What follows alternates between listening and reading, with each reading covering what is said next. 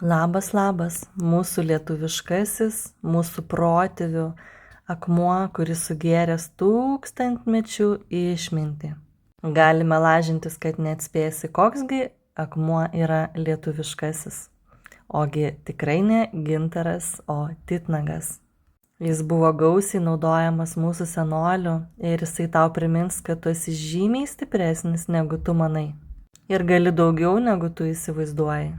Titnagas buvo randamas jau prieš milijonus metų. Tiek ginklų, tiek įrankių, tiek drožybos elementai, kuriuos žinote iš istorijos. Visą rugpjūčio mėnesį užsisakius kristalų gausite dovanų titnago gabalėlį. Ši akcija galios tiek, kol turėsiu šių akmenėlių. Taipogi šių akmenėlių ir mažų, ir vidutinio dydžio, ir didelių galite rasti bei įsigyti elektroninėje parduotuvėje.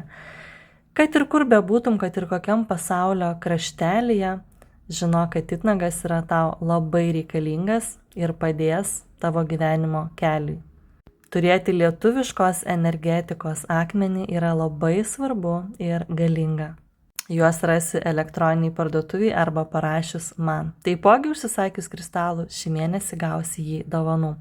Titnagas tai yra įsižeminimas, tai yra veikla, veikimas, drąsa, stiprybė, ugnis, kalbėjimas, motyvacija, apsauga. Jisai turi labai stiprias įžeminančias energijas, dėl to savo šeimininkui dovanoja drąsą, tvirtybę, iniciatyvą, veiklumą. Stiprina kalbėjimo dovaną, praskaidrina protą ir padeda greitai bei teisingai priimti sprendimus. Titnagas tai yra stabilumo, apsaugos, įsižeminimo akmuo, kuris ramina vidinius prieštaravimus, emocijas ir padeda atsipalaiduoti.